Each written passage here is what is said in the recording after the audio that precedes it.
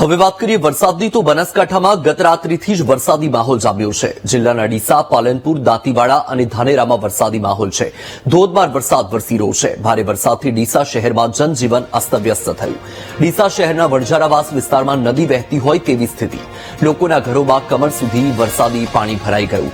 લોકોએ વરસતા વરસાદ વચ્ચે આખી રાતના ઉજાગરા કર્યા। અનાજ, ગોદડા, કપડાં અને ફર્નિચર સહિતનો સામાન પલળી જતા નુકસાન થયું છે। વણઝારાવાસ વિસ્તારમાં દર વર્ષે ચોમાસામાં વરસાદી પાણી ભરાવાની સમસ્યા છે।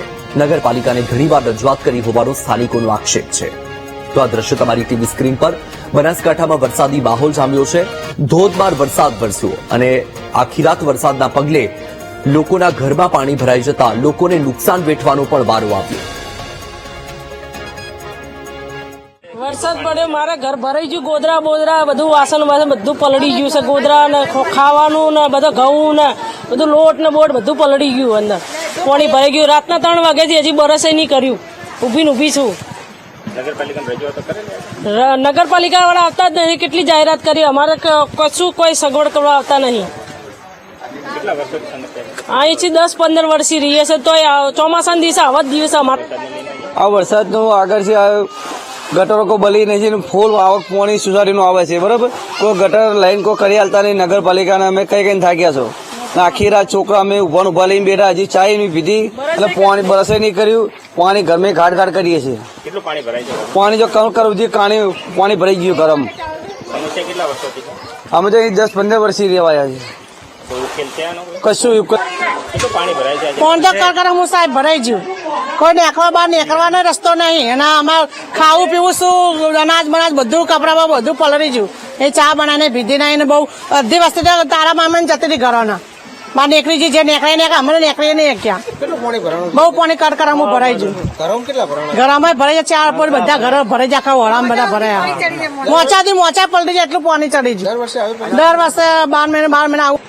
આખી રાતનો વરસાદ આવ્યો તો બધા અમે બહાર બેઠા છે, છોકરા ને ઘરવાળા ને બધા। અનાજે બગડી ગયું ને બધું બગડી ગયું। રાતે બહુ વરસાદ પડ્યો। પાણી આખું ઘર ભરાઈ ગયું છે। ઉભાનો ઉભા જ રહ્યા છે, અમે બેઠા નહીં કે કાંઈ નહીં। અત્યારે પાણી તો આખું ઘર ભરેલું છે। આટલી જગ્યા ખાલી દિવાલો બાકી છે ખાલી। ચોખા બગડી ગયા, ઘઉં બગડી ગયા, બધું રવણ ભવન થઈ ગયું। ગેસનો બાટલો બધું। બાલિકો ઉભા થા ઉભા એ દર કેટલા વર્ષથી આવ્યું પાણી ભરાય? 4-5 વર્ષથી ભરાશ। ડીસા શહેરમાં ગત મોડી રાત્રિથી જે ધોધમાર વરસાદ પડ્યો છે તેના કારણે અનેક નીચાણવાળા વિસ્તારોમાં વરસાદી પાણી ભરાયા છે। આ છે ડીસા શહેરનો નીચાણવાળો વિસ્તાર ને અહીં દર વર્ષે ચોમાસામાં ભારે વરસાદના કારણે અહીં તમામ જે મકાનો છે તે પાણીમાં ગરકાવ થઈ જાય છે। ગઈકાલ રાત્રે પણ જે ધોધમાર વરસાદ થયો છે, 4 ઇંચથી વધુ જે ડીસા શહેરમાં વરસાદ પડ્યો છે તેના કારણે અહીંના જે નીચાણવાળા મકાનો છે ત્યાં પાણી ભરાઈ ગયા છે। પાણી ભરાતાની સાથે જ લોકો રાત્રિથી જ મુશ્કેલીમાં મુકાયા છે। અત્યારે પણ આપ દ્રશ્યોમાં જોઈ શકો છો કે જે આ વિસ્તારના લોકો છે તે અત્યારે પણ પોતાના ઘરોમાંથી પાણી નીકળતા નજરે પડી રહ્યા છે। તમામ જે માલ સામાન છે અત્યારે તેમનો પલળી ગયો છે। તેમની રોજગારી પણ અત્યારે પાણીમાં ગરકાવ થઈ ગઈ છે। એટલે કે કહી શકાય કે જે પ્રમાણે ડીસામાં જે ધોધમાર વરસાદ પડ્યો છે તેના કારણે અનેક જે નીચાણવાળા વિસ્તારો છે તે મુશ્કેલીમાં મુકાયા છે। અત્યારે આ વિસ્તારના લોકો બહાર પણ જઈ શકતા નથી। વીટીવી ન્યૂઝની ટીમ પ્રથમવાર અહીં પહોંચી છે, આ વિસ્તારની મુલાકાત લીધી છે અને તમામ લોકો જે પોતાના ઘરોમાં જે પાણી ભરાયા છે તેને લઈ રાત્રિથી જ મુશ્કેલીમાં મુકાયા। છેલ્લા 15 વર્ષથી આ વિસ્તારની આ જ પરિસ્થિતિ છે।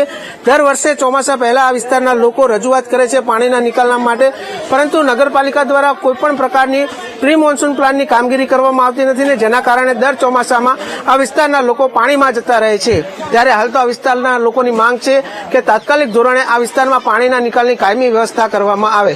Rohit Thakor, VTV news, Banaskantha. બનાસકાંઠાના પાલનપુરમાં ધોધમાર વરસાદ વરસ્યો। 4 ઇંચ વરસાદમાં નીચાણવાળા વિસ્તારોમાં જળબંબાકારની સ્થિતિ છે। લબડી નદી પાસે ચાણક્યપુરી સોસાયટીમાં પાણી ભરાઈ ગયા। જાહેર માર્ગો પર ઘૂંટણસમાં પાણી ભરાતા લોકોને ભારે હાલાકી। નગરપાલિકાની બેદરકારીથી પાણીનો નિકાલ નથી થયો। તો આ દ્રશ્યો છે બનાસકાંઠાના પાલનપુરના। 4 ઇંચ વરસાદ વરસ્યો અને જળબંબાકારની પરિસ્થિતિ થઈ ગઈ છે। દ્રશ્યમાં તમે જોઈ શકો છો કે દૂર દૂર સુધી તમને માત્ર ને માત્ર પાણી જોવા મળી રહ્યું છે। જાહેર માર્ગો પર પણ ઘૂંટણસમાં પાણી ભરાઈ ગયા છે, જેના કારણે લોકોએ હેરાન થવાનો વારો આવ્યો છે। લબડી નદી પાસે ચાણક્યપુરી સોસાયટીમાં પણ વરસાદી પાણી ભરાઈ ગયા।